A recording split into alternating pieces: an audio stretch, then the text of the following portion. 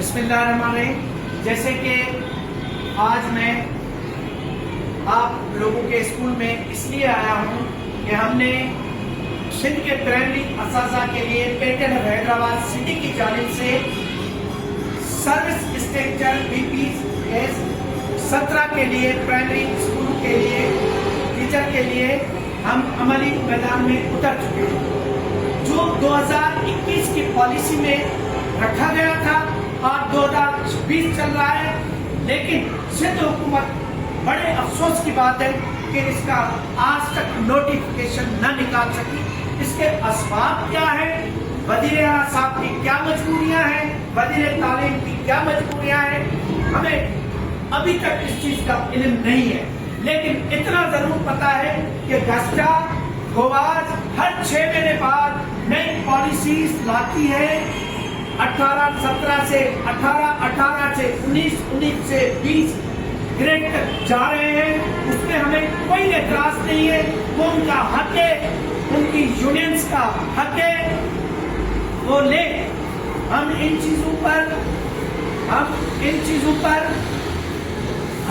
چیزوں پر نہیں جا رہے. ہم جو تعلیم کی بنیاد پرائمری ہے، بیسک ہے، ہم بلکہ میں سمجھتا ہوں ہر پرائمری ٹیچر، ہر باشعور سندھ کی بہن بیٹی ماں پڑھی لکھی اور پڑھے لکھے نوجوان سمجھتے ہیں کہ یا تو پرائمری تعلیم کو بیس کو تباہ کرنے کے لیے سروس اسٹرکچر نہیں دیا جا رہا. جس طرح ایک دور میں ضیالت کے دور میں کلیشن کو کلچر چلا تھا، اندرون سندھ میں ابا برائے دعوت کا سلسلہ چلا تھا، یہ جان بوجھ کر اسٹیبلشمنٹ کی پالیسی تھی اور بعد میں کئی سالوں تک سلسلہ چلا. اس کے بعد منشیات کا سلسلہ چلا، ہیروئن کا چلا سلسلہ، اس کے بعد اب آئس کا سلسلہ چلا. تو ان سے میں پرائمری تعلیم کو بھی منسلک کر رہا ہوں کہ یہ بھی ان کی پالیسی میں شامل ہے کہ پرائمری ہی تباہ ہوگی تو اوپر آگے کون کہا جائے گا.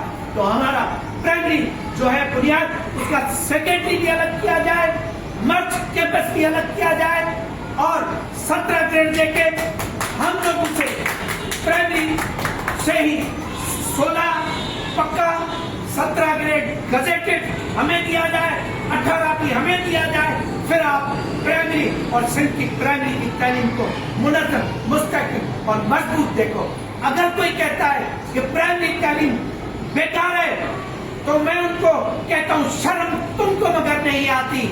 بے شرمو، یہ آج ڈپٹی کمشنر بیٹھے ہیں، آج سیکرٹری بیٹھے ہیں، یہ وزیر اعلیٰ بیٹھے ہیں، یہ وزیر تعلیم بیٹھے ہیں، یہ منسٹر بیٹھے ہیں، یہ سینیٹر بیٹھے ہیں، یہ پریزیڈنٹ بیٹھے ہیں. یہ پہلے پرائمری سے پڑھیں پھر آگے کہیں یہ کس طرح پڑھ کے آئے، یہ CSS کس طرح کر کے اتنے بڑے آفیسرز بنے. تو شرم کرو، حیا کرو. ان ماؤں بہنوں اور بیٹیوں کو ان کا حق دو.